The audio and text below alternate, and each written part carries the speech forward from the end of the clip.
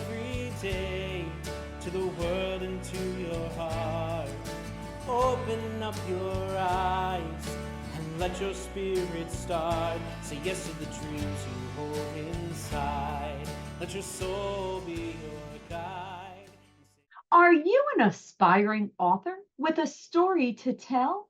At SYE Publishing, we turn your thoughts into a beautifully crafted book ready for the world to read.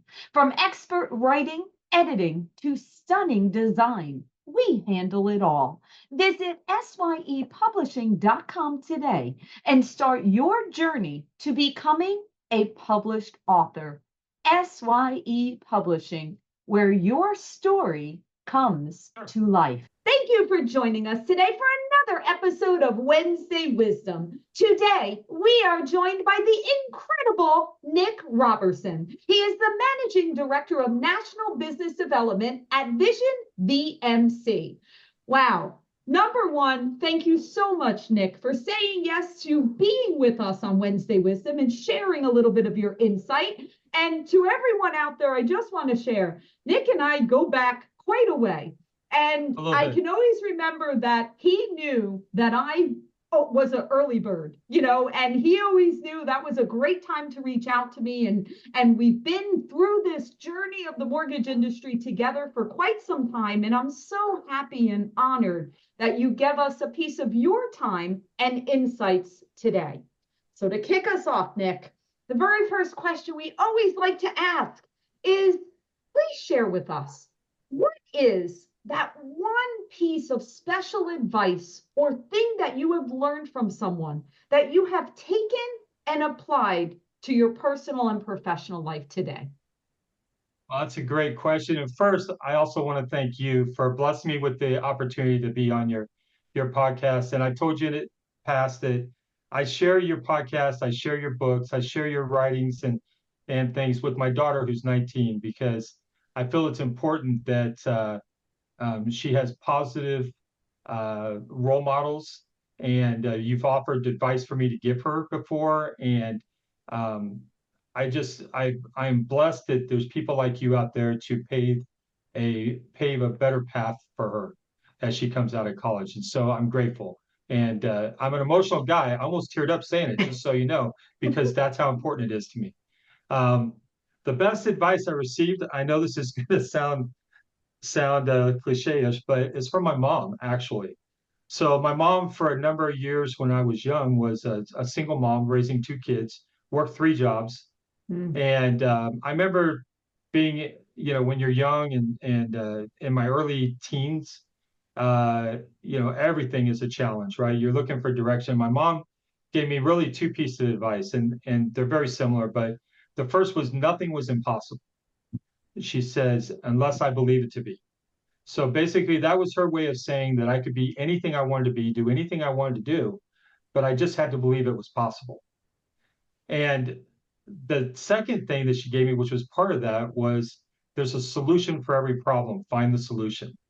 My mom was a bookkeeper by trade at the time and very analytical.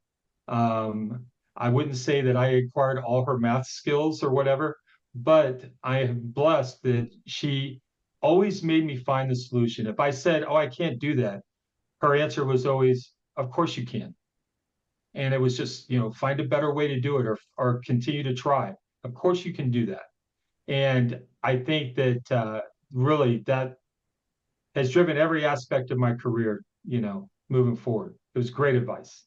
Wow. So number one, I've actually been quoted saying that my mother gave it's me and 2 sisters and a brother, and my mother told all the girls unlimited, and you can achieve anything. So exactly that same advice. It's amazing how someone saying that to you, especially someone that we love and care about so much, when someone gives you that direction and that permission almost, right? It's permission to where they're saying, listen, there's no one that can stop you, or nothing is impossible, or there are no limits unless you put them on yourself, right? That's right. And self-imposed, right? Yes, self-imposed, right? So that in itself, and then the whole, don't come to me with your problems, come to me with solutions, right? Like think it through, right? Right. Because it is true that so many times, I mean, every single day we have challenges and roadblocks and things that we say, that didn't work out exactly the same way. But we have a choice. We have a choice to dwell on that, or we have a choice of trying to look for that solution, trying to maneuver and learn a lesson from it, right? Because we're learning and growing every single time within that, right?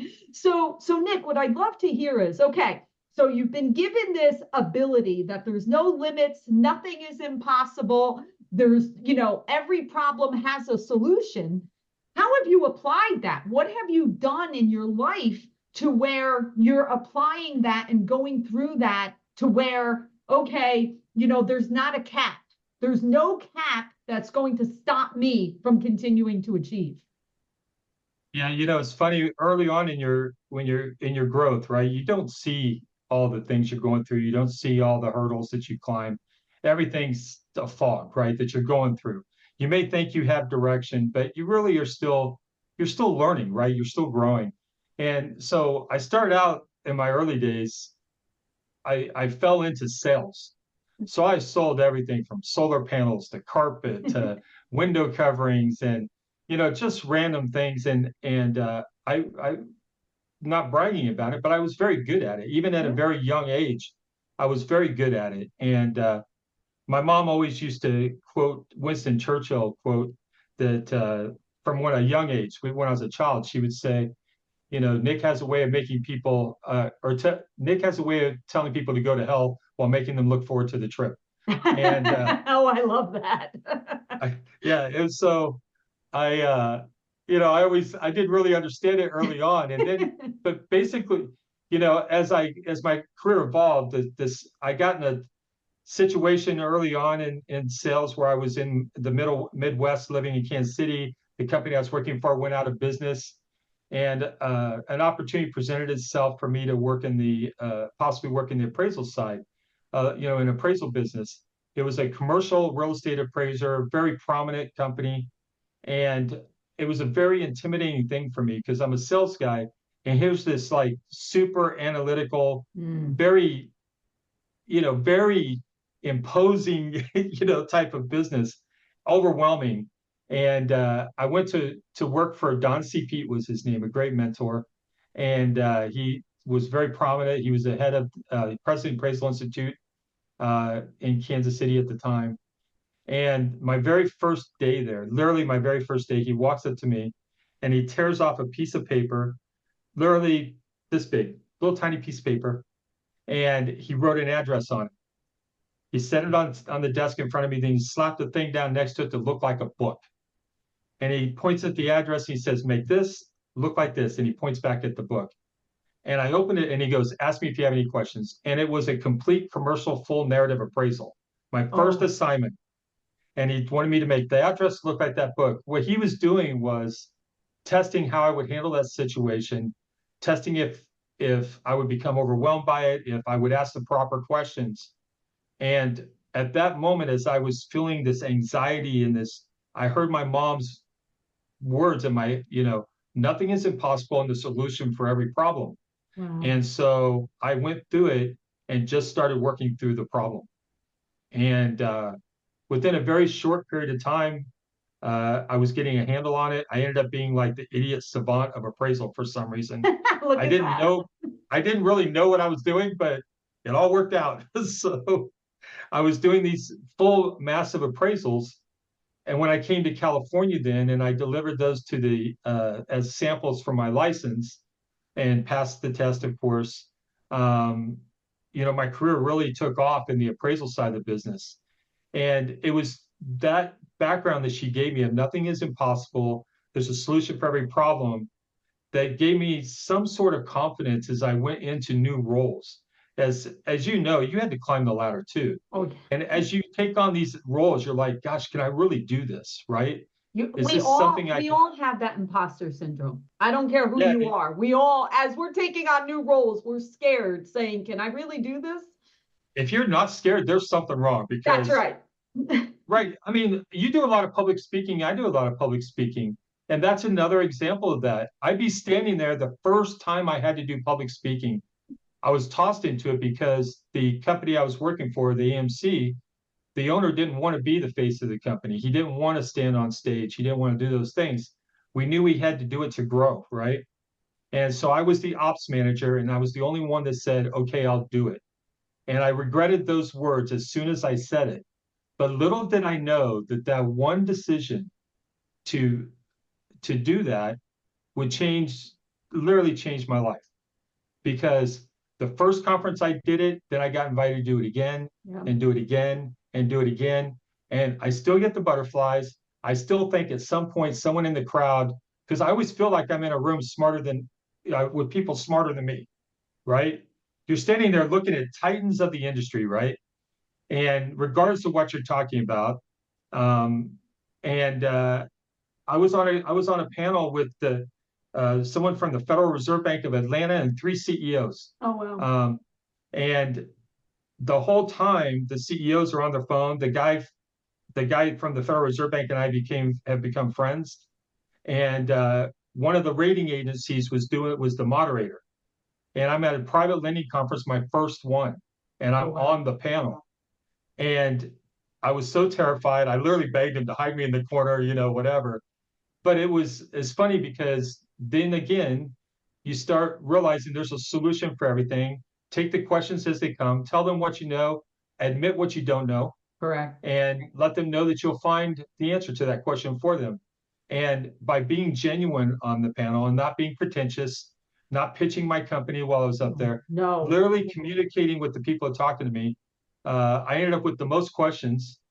People were texting questions in from the web, and I got thanked after. I got a lot of business out of it, and I didn't pitch our company at all. And I literally felt I was the least qualified person to be on that panel. But sometimes you just got to face that and realize that nothing's impossible. You can do it, right? You know that better than anybody. You tell women that every day, and all your employees. I see you lift your employees up every day, so I know that you know. And that's what I've taken. It's led my career in magical places, put me in rooms with people that are amazing.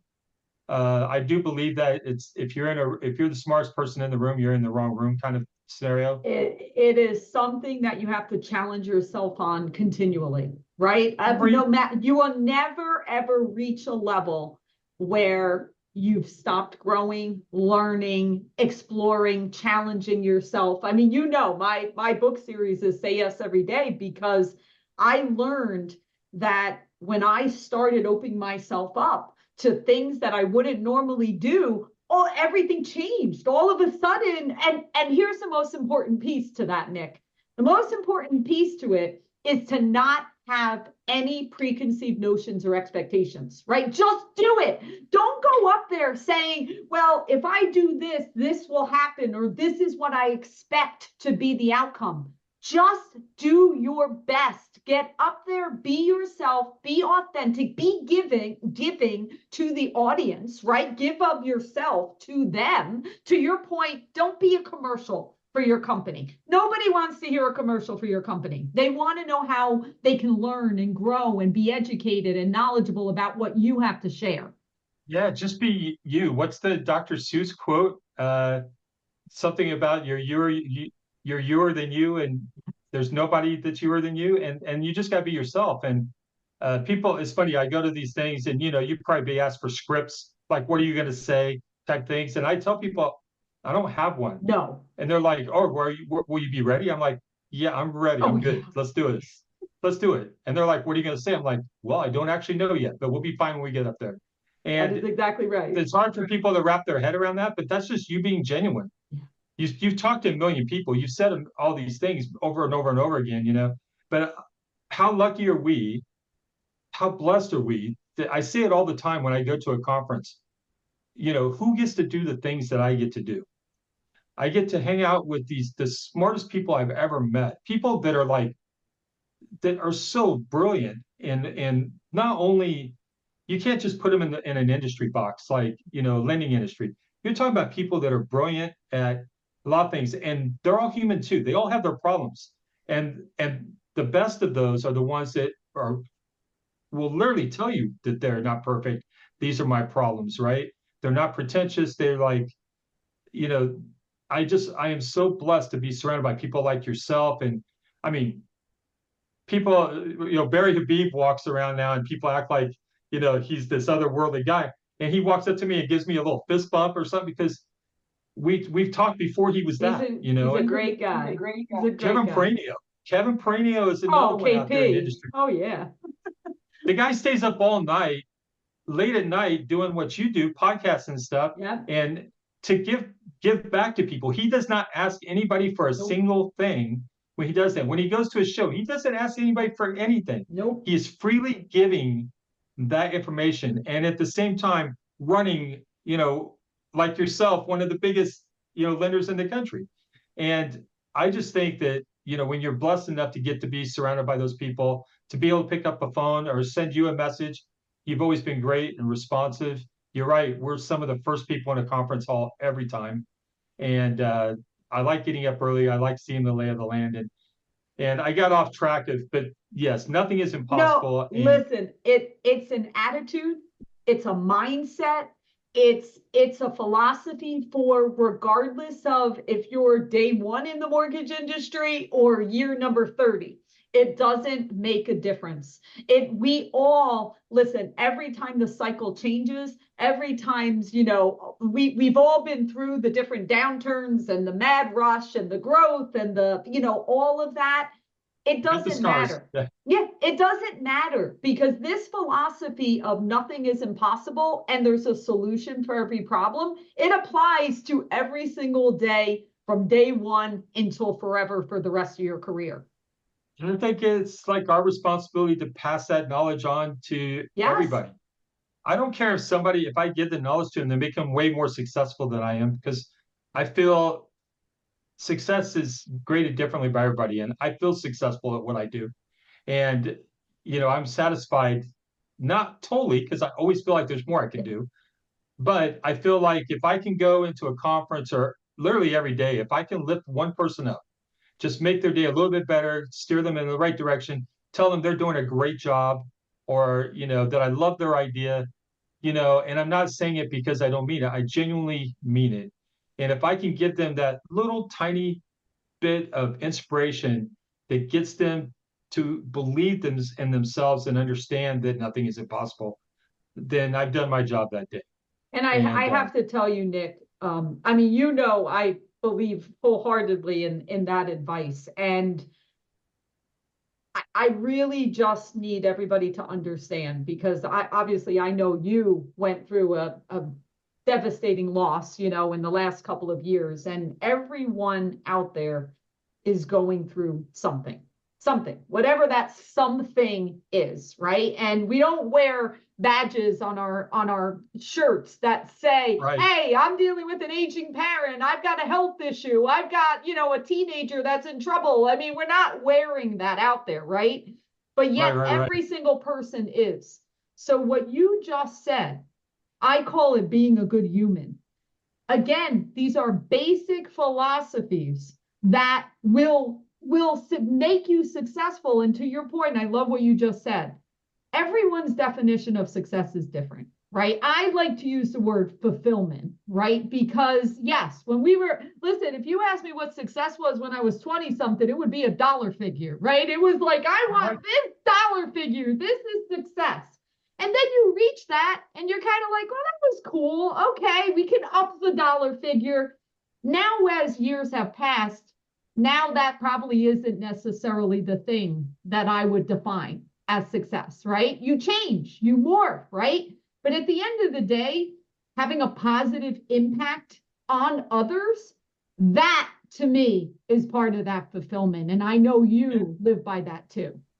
Yeah, I think it's invaluable. I mean, you got to be good to people, right? And we talked about it previously. If you're out there looking in what's in this for me in every conversation you have or every meeting, and you're just out there going up to people, just trying to figure out what you can take, you're not going to get anything out of that. Maybe you'll get a client, maybe you won't. But if you go out with the objective to go to people and genuinely say, what can I help you with today? What can I do for you that makes your life a little bit easier or lifts you up today? You'll be surprised at how much business down the road you'll get out of it. Maybe not from that person, but that person will introduce you to somebody, or it's all about those little relationships. And as you get older, like I am, those relationships aren't in the tens, the 20s, the hundreds. They're in the thousands. Yeah. And I don't say that bragging, No. but you end up with thousands of relationships like that.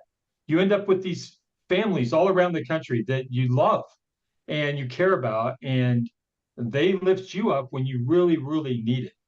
And I was out of work for last year was a rough year for everybody. I was out of work for 3 months last year, and I was really getting a little bit discouraged. As positive as I am, we're rolling into the holidays, and I was starting to get a little bit concerned about it. I had prepared since the crash, but you start whittling away at your Sure. the money you put aside, the emergency fund, and you start to be concerned.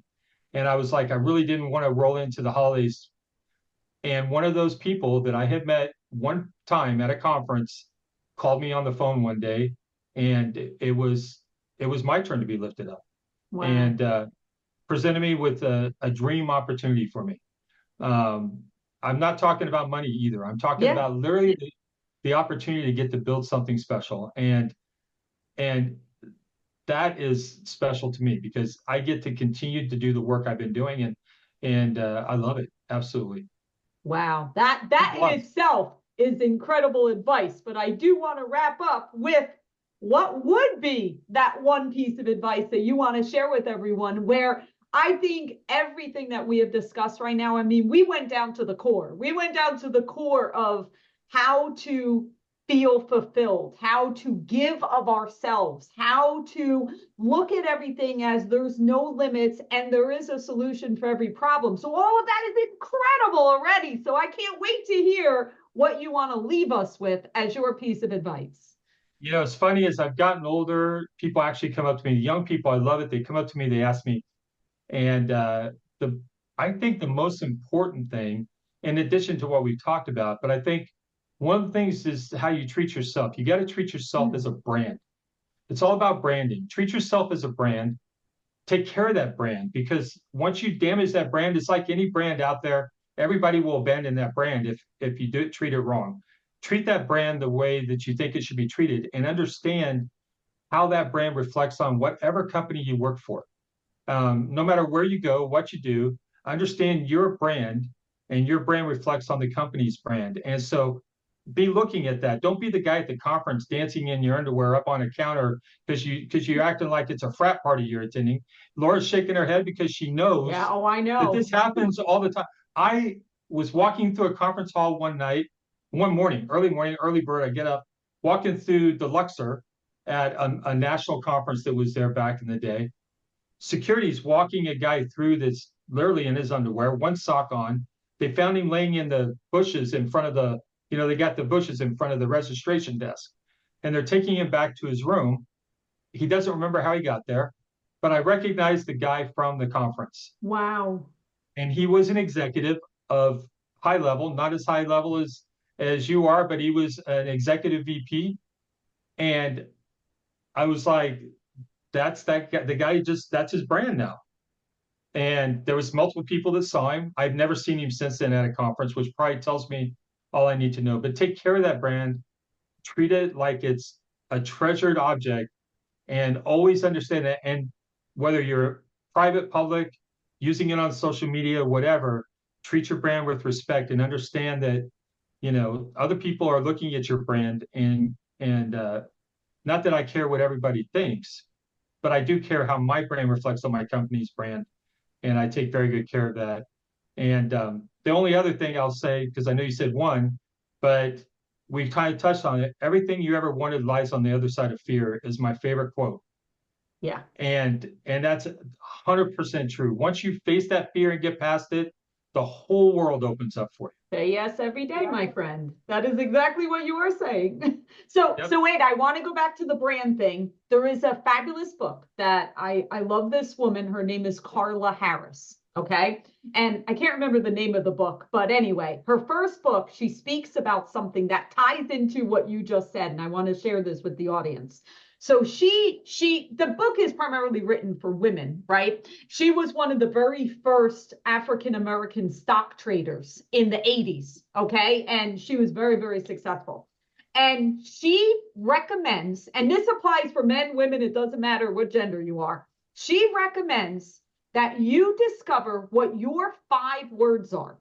What the 5 words are what 5 words do you want people to think about if they're describing you? So I meet someone for the first time, they're telling you, you're gonna love this guy, Nick. And I'll say, oh, I want to hear about Nick. Tell me a little bit about him. Well, Nick is boom, boom, whatever those words are, okay? And what she tells you to do is every single thing that you do, whether it's your social media, whether it's showing up at a conference, whether it's doing a meeting, a presentation, whatever, those 5 words should tie in to where people would say, well, obviously Laura's a woman advocate, right? Like that's important to her that she speaks, for women. Laura's the leader, right? She's an executive within the mortgage industry, right? Laura's very passionate about the mortgage industry, like whatever those words are, right? Something probably you would never see. Well, actually, I can assure you, you'll never see it because that you won't ever see it. You would never see Laura holding alcohol or being around alcohol. That's something that doesn't tie to my brand. Not something you're ever going to see out there. That's not happening, right? That's just me and my brand. It doesn't go together. So what you said, Nick, this is something, I don't care what position you hold. I don't care who you are in the industry. As a human, we should think about what are those 5 words that you want other people to say about you, because the other thing that Carla Harris says is most promotions and job opportunities or whatever opportunities out there, they're discussed without you in the room. So those words and that reputation and how people see you, now those discussions are happening without you there. So you want to make sure those things apply to where you're trying to go or where you ultimately want to be for yourself. I love that. I love that because I'm going to write that down and I'm going to use it when I'm interviewing people down the road. I'm going to have them write down the 5 words. Yeah. I think that's brilliant. I love it because really, I've been preaching the branding thing forever.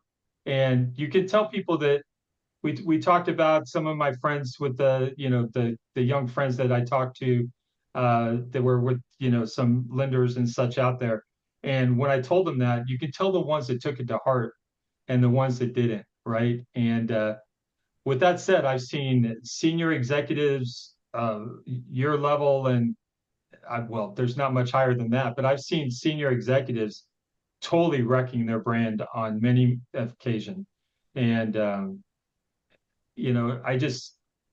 I'm not going to let that happen. So. Don't protect it. It's very sacred.